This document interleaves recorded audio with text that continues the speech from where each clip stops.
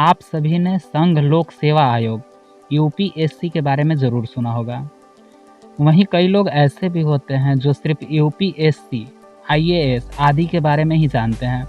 इसके साथ साथ यूपीएससी देश के कई सरकारी नौकरियों के लिए होने वाली परीक्षाओं का भी आयोजन कराता है। तो आइए आज के इस वीडियो में हम जानते हैं कि क्या है यूपीएससी, यूपीएससी स्थापित कब हुआ, कितने सदस्य होते हैं और कैसे होता है चयन। ये सब चीज़ों के बारे में आज की इस वीडियो में हम जानेंगे, तो बने रहिए वीडियो के अंत तक। सबसे पहले बात करते हैं कि यूपीएससी क्या है। यूपीएससी भारत के प्रमुख केंद्रीय भर्ती एजेंसियों में से एक है। यह सभी भारतीय सेवाओं और केंद्रीय सेवाओं के ग्रुप ए और ग्रुप बी के लिए नियुक्तियां कराता है और परीक्षाओं का आयोजन कराता है, जिसमें देश की सबसे प्रतिष्ठित सेवाएं जैसे भारतीय प्रशासनिक सेवा आईएएस, भारतीय पुलिस सेवा आईपीएस और भारतीय राजस्व सेवा आईआरएस और अन्य सरकारी नौकरियों के लिए होने वाली परीक्षाएं शामिल है। अब बात करते हैं कि यूपीएससी स्थापित कब हुआ। पहला पब्लिक सर्विस कमीशन 1 अक्टूबर 1926 को स्थापित हुआ था। आज़ादी के बाद संवैधानिक प्रावधानों के तहत 26 अक्टूबर 1950 को लोक आयोग की स्थापना हुई थी। भारतीय संविधान के अनुच्छेद 315 संघ और राज्यों के लिए लोक सेवा आयोग से संबंधित है। वहीं अनुच्छेद 316 सदस्यों के कार्यालय की नियुक्ति और कार्यालक से संबंधित है। बता दें कि संघ लोक सेवा आयोग की स्थापना अनुच्छेद 315 के ही तहत हुई थी। यूपीएससी में एक चेयरमैन और 10 सदस्य होते हैं। इनका कार्यकाल 6 साल का होता है।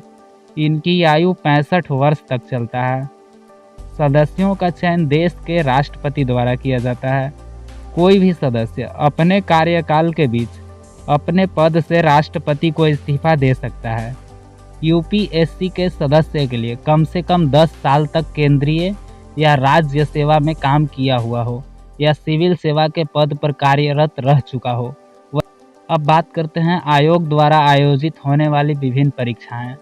आयोग भर्ती से संबंधित कई परीक्षाओं का आयोजन कराता है। इसमें भारतीय प्रशासनिक सेवा आईएएस, भारतीय पुलिस सेवा आईपीएस और भारतीय राजस्व सेवा आईआरएस, भारतीय इंजीनियरिंग सेवा आईईएस, राष्ट्रीय रक्षा अकादमी एनडीए, चिकित्सा सेवा सीएमएस, भारतीय वन सेवा आईएफएस, केंद्रीय सशस्त्र पुलिस बल सीएपीएफ, संयुक्त भूवैज्ञानिक और भूवैज्ञानिक परीक्षा, combined Jio scientist and geologist examination आदि शामिल हैं। इसके साथ आयोग कई और अन्य भर्तियां भी कराता है। यूपीएससी में कुल मिलाकर 24 सर्विसेज होती हैं, जिनके लिए कैंडिडेट का सिलेक्शन किया जाता है। ये 2 कैटेगरीज में बटी होती है, ऑल इंडिया सर्विसेज और सेंट्रल सर्विसेज। इनमें जो ऑल इंडिया सर्विसेज हैं वो आईएएस, इंडियन एडमिनिस्ट्रेटिव सर्विसेज और आईपीएस, इंडियन पुलिस सर्विसेज हैं। इनमें जो लोग चुने जाते हैं उनको राज्य और केंद्र शासित प्रदेशों का कैडर दिया जाता है। ग्रुप ए सर्विसेज में Indian foreign service, Indian civil accountant service, Indian revenue service income tax वाली post, Indian railway services IRTS और आईआरपीएस, इंडियन इंफॉर्मेशन सर्विस और आईआईएस जैसी सर्विसेज आती है। ग्रुप बी में armed forces headquarters civil service, Pondicherry civil service, Delhi and Andaman Nicobar island civil और police service जैसी services आती है। जो लोग एग्ज़ाम देते हैं उन लोगों को 2 पहले पेपर के नंबर के आधार पर कट ऑफ तैयार होती है। उन लोगों को जो मेन एग्ज़ाम लिखते हैं, दूसरा पेपर यानी CSAT क्वालिफाइंग पेपर होता है, यानी इसमें सिर्फ 33% नंबर चाहिए होते हैं क्वालिफाइड करने के लिए।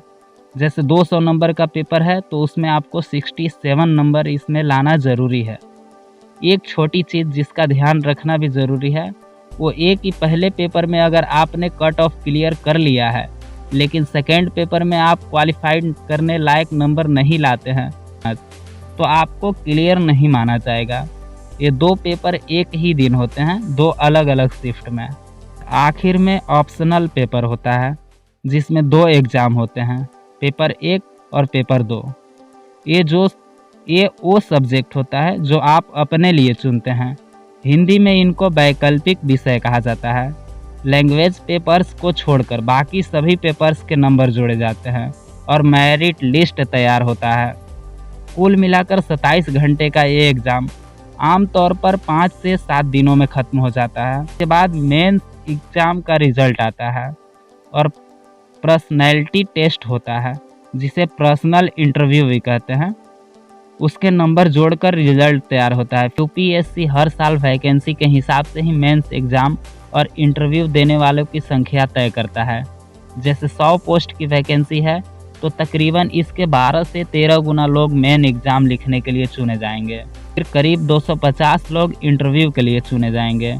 ये सिर्फ एक उदाहरण है ताकि आप आइडिया लग सके कि एक यूपीएससी का एग्ज़ाम में कितनी कंपटीशन होती है। और ये कंपटीशन में जो पार करते हैं, जो ऑफिसर बनते हैं यहाँ से सिलेक्शन होके, वाकई में वो काबिल तारीफ़ होते हैं। और ये वही ऑफिसर्स होते हैं जो दिन के 12-12, 16-16 घंटे तक पढ़ाई करके इसके बाद यूपीएससी का एग्ज़ाम क्रैक करते हैं। बता दें कि देश के सबसे कठिन परीक्षाओं में से एक, इसे पास करने के लिए उम्मीदवार को एक सही स्ट्रैटेजी से तैयारी करनी होती है। तो पहले आपको एक अच्छा इंसान बनना होगा और बहुत ही मन लगाकर पढ़ाई करनी होगी, तभी आप यूपीएससी का परीक्षा को क्रैक कर